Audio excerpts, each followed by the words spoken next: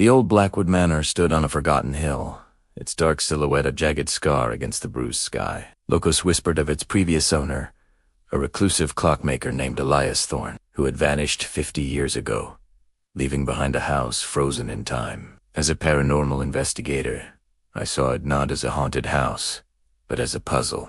I was drawn to the rumors of its impossible echo sounds of laughter, music, and weeping from a past that refused to stay buried. My team, consisting of the Texavi Maya, the skeptical historian Ben, and myself, arrived at dusk. The air was thick with the scent of damp earth and decay. The manor's front door groaned open, revealing a grand foyer draped in cobwebs, its once gleaming marble now dull and cracked.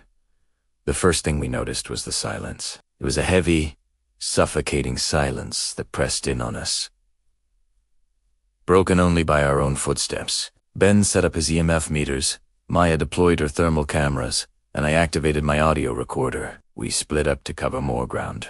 I was in the library, a vast room lined with dusty, leather-bound books. The air was cold, even colder than the rest of the house. I ran my hand over a bookshelf and my fingers brushed against a small, ornate clock, one of Thorne's creations. As my hand touched it, a faint chime echoed from somewhere within the walls. It was a beautiful, resonant sound, but it wasn't coming from the clock itself.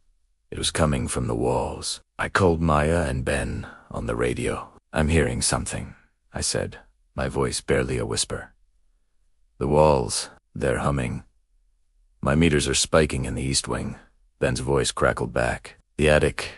We regrouped and headed towards the attic, a steep climb up a set of creaking stairs. The temperature dropped with every step, and the air grew thin, smelling of metal and old paper. The attic was a labyrinth of shadows, filled with forgotten furniture and veiled canvases. In the center of the room, a large, intricate clock stood covered with a white sheet. It was a masterpiece of brass and glass, with gears and cogs that looked like a tangled skeleton. "It's Thorne's magnum opus," Ben said, his voice full of awe, the one he never finished.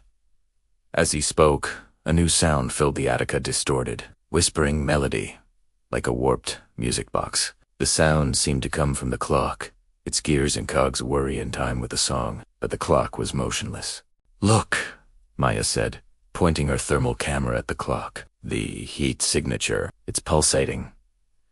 The humming in the walls grew louder, turning into a low groan. The whispers in the air grew clearer, and I could hear distinct voices. "He won't stop," a child's voice pleaded.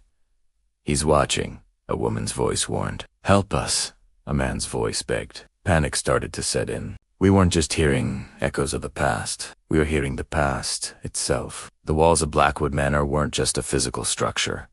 They were a living, breathing entity, an organism that had absorbed the sounds, the emotions, and the memories of everyone who had ever lived there. Then, the whispers stopped. The humming ceased.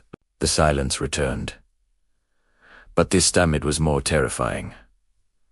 It was a hungry silence. I turned on my flashlight, and the beam caught something in the corner of the room. It was a figure, tall and gaunt, with long, spindly limbs. Its head was a clock face. Wheat noans, only a single glowing red eye in the center. Its body was made of gears, cogs, and brass. It was not a ghost.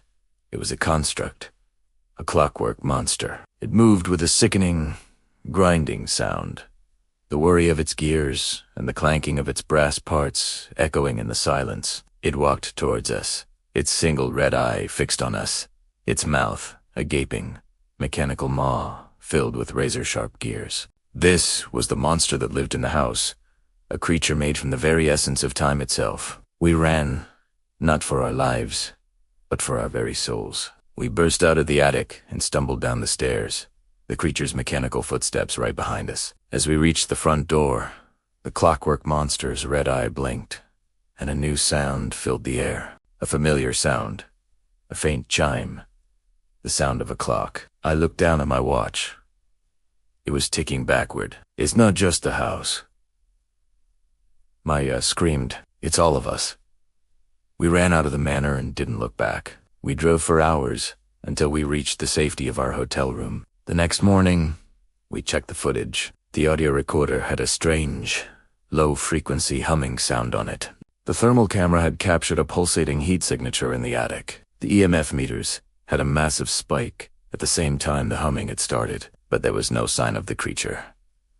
Who stepped blurry dark shape in the corner of the room? We thought we were safe, but as I'm writing this, I can feel a faint humming in my chest, a quiet tic-tac in my head. I look at my hand, and I see a small, almost invisible gear pushing against my skin. I feel a low, guttural growl in my throat, and I know what it is. The clockwork monster didn't just chase us out of the house.